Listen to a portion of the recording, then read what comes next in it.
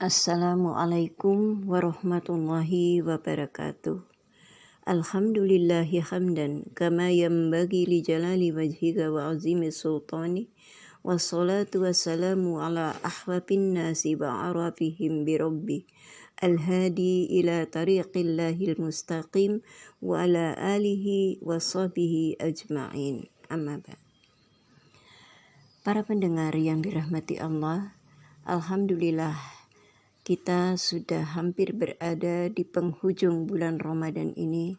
Mudah-mudahan segala amal ibadah kita diterima oleh Allah Subhanahu wa taala dan kita nanti tetap istiqomah untuk melakukannya walaupun Ramadan sudah berakhir. Pendengar yang berbahagia, pada kesempatan yang baik ini saya akan mencoba untuk mentadabburi surah Al-Ahzab ayat 21 sampai dengan 24. Saya mulai dari ayat 21. A'udzu billahi minasy syaithanir rajim. Bismillahirrahmanirrahim. Laqad kana lakum fi rasulillahi uswatun hasanatun liman kana yarjullaha wal yawmal akhir wa zakarallaha katsira.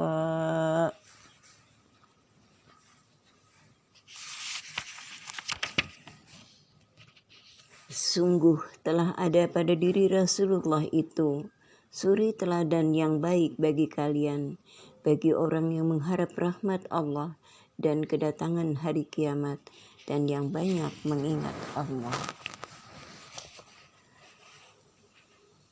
Uswatun berarti teladan. Pakar tafsir Al-Zamakhsyari menafsirkan ayat di atas bahwa ada dua kemungkinan tentang maksud keteladanan yang ada pada diri Rasulullah SAW. Yang pertama adalah arti kepribadian beliau secara totalitas merupakan teladan kesemuanya. Yang kedua, terdapat pada kepribadian beliau yaitu hal-hal yang patut diteladani. Sehingga timbul pertanyaan, yaitu jika kepribadian beliau secara totalitas adalah teladan, apakah itu berarti bahwa segala sesuatu yang bersumber dari pribadi ini, baik itu diucapkan ataupun diperagakan, adalah baik dan benar, harus diteladani, termasuk ke dalam perincian-perinciannya? Jawaban yang menyangkut pertanyaan di atas berkaitan dengan pandangan tentang batas-batas ismat atau pemeliharaan Allah kepada nabinya, pemeliharaan yang menjadikan beliau tidak terjerumus dalam kesalahan. Imam Qarafi merupakan ulama pertama yang menegaskan pemilahan-pemilahan terperinci menyangkut ucapan sikap Nabi Muhammad SAW. Menurutnya, Nabi Muhammad SAW dapat berperan sebagai Rasul, Mufti, Hakim Agung, atau pemimpin masyarakat, dan dapat juga sebagai seorang manusia yang memiliki kekhususan-kekhususan yang membedakan beliau dari manusia yang lain. Sebagaimana perbedaan seseorang dengan yang lainnya. Kedudukan Nabi Muhammad SAW dijelaskan sebagaimana berikut. Pertama, sebagai Nabi dan Rasul, ucapan dan sikapnya pasti benar. Karena itu bersumber langsung dari Allah Subhanahu wa taala atau merupakan penjelasan tentang maksud Allah. Dua, sebagai mufti, fatwa-fatwa beliau berkedudukan setingkat sebagai nabi dan rasul karena fatwa-fatwa beliau adalah berdasar pemahaman atas teks-teks keagamaan di mana beliau diberi wewenang oleh Allah Subhanahu wa taala untuk menjelaskannya. Sebagaimana tercantum pada surat An-Nahl ayat 44. A'udzu billahi minasy syaithanir rajim. Bil bayyinati wal zubur وأنزلنا إليك الذكر لتبين للناس ما نزل إليهم ولعلهم يتفكرون. Mereka kami utus dengan membawa keterangan-keterangan atau mukjizat dan kitab-kitab, dan kami turunkan az-zikra kepadamu agar engkau menerangkan kepada manusia apa yang telah diturunkan kepada mereka dan agar mereka memikirkan.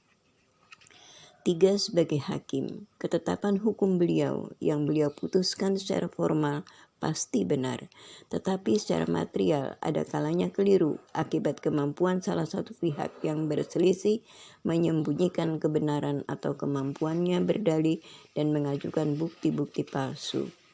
4. Sebagai pemimpin masyarakat, tentu saja petunjuk-petunjuk beliau dalam hal kemasyarakatan disesuaikan dengan kondisi masyarakat dan perkembangannya, sehingga tidak tertutup kemungkinan lahirnya perbedaan tuntunan kemasyarakatan antara satu masyarakat dengan masyarakat lain, baik masyarakat yang sama tapi dalam kurun waktu yang berbeda. Yang kelima adalah sebagai pribadi dibagi menjadi 2 kategori. Pertama, kekhususan beliau, di mana tidak boleh atau tidak harus diteladani karena kekhususan tersebut berkaitan dengan fungsi beliau sebagai Rasul, misalkan kebolehan untuk menghimpun lebih dari 4 orang istri pada saat yang sama, ataupun kewajiban sholat malam atau larangan menerima zakat dan sedekah. Yang kedua adalah sebagai manusia, terlepas dari kerasulannya, seperti halnya dalam soal selera, misalnya selera gaya pakaiannya, rambutnya, dan sebagainya.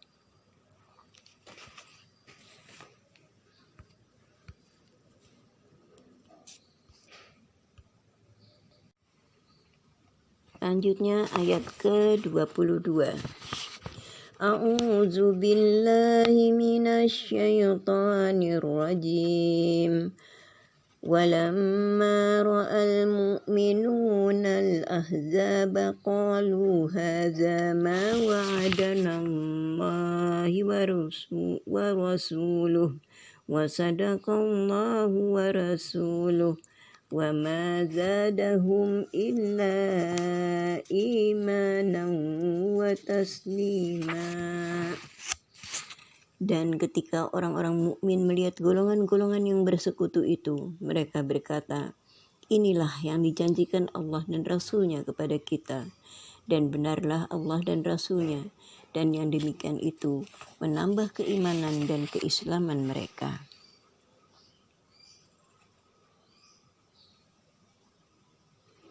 Menurut Quraisy Shihab, pasukan Ahzab atau koalisi datang menyerang dan situasi demikian berkecamuk, disitulah diuji orang-orang mukmin dan diguncangkan dengan guncangan yang dahsyat.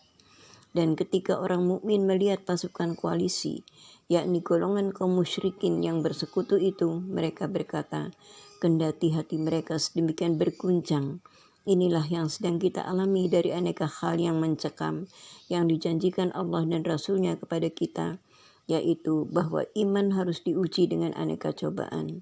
Maka benarlah karena terbukti dengan sangat jelas kebenaran firman Allah dan janjinya, dan begitu juga terbukti ucapan Rasul-Nya. Dan yang demikian itu, yakni apa yang mereka alami itu, akan menambah iman dan penyerahan diri kepada Allah. Hadza ma wa'adana Allahu wa rasuluh. Inilah apa-apa yang dijanjikan Allah dan Rasul-Nya. Maknanya, inilah yang dijanjikan oleh banyak ulama sebagai janji tentang kemenangan yang akan diperoleh oleh kaum mukminin. Sebagaimana setahun sebelum terjadinya perang Khandaq, turun firman Allah dalam surat Al-Baqarah ayat 214.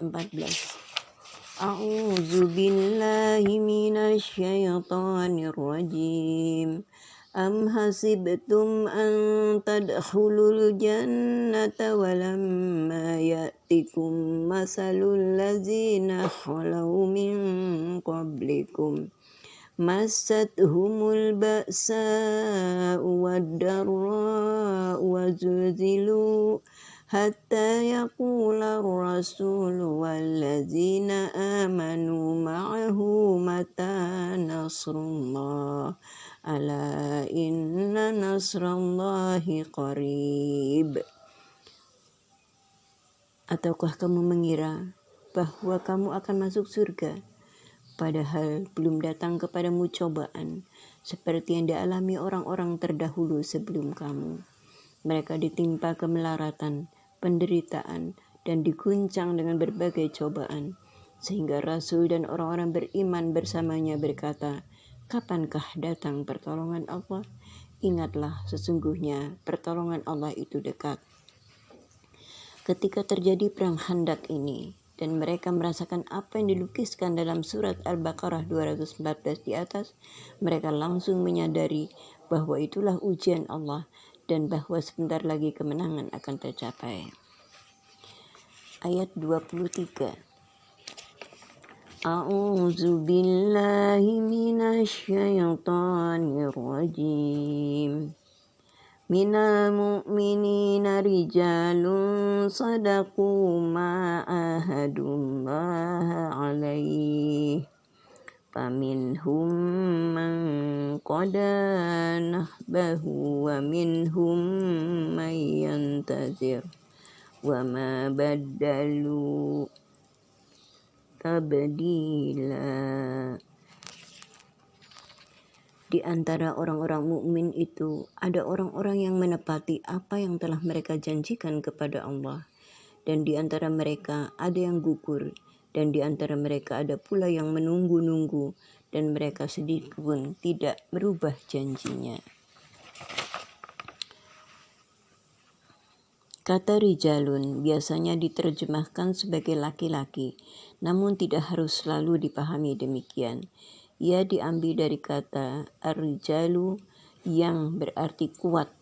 Dari sini Al-Quran tidak selalu menggunakannya untuk menunjukkan jenis kelamin tertentu. Ia juga menunjukkan tokoh-tokoh dan orang terkemuka yang memiliki kekuatan mental dan sifat-sifat terpuji. Kata nahbahu terambil dari kata an-nahbu yang berarti nazar dan apa yang ditetapkan seseorang atas dirinya untuk dia lakukan. Kalimat qada nahbahu berarti memenuhi janjinya. Para ulama memahami kalimat ini sebagai kiasan dari makna kematian dan perolehan syahadat. Ini karena semua mukmin di medan perang bertekad meraih kemenangan atau gugur sebagai syahid. Salah satu contoh yang dapat diangkat di sini adalah sahabat Nabi SAW, Anas bin An-Nadir. Beliau tidak ikut dalam peperangan Badar sehingga sangat menyesal. Lalu berkata, demi Allah, kalau Allah melibatkan aku bersama Nabi SAW dalam sesuatu peperangan yang akan datang, niscaya Allah akan melihat apa yang aku lakukan. Ketika terjadi perang Uhud, dia terlibat dan gugur di dalam peperangan itu. Selanjutnya ayat terakhir, ayat 24. A'udzu billahi minasy syaithanir rajim.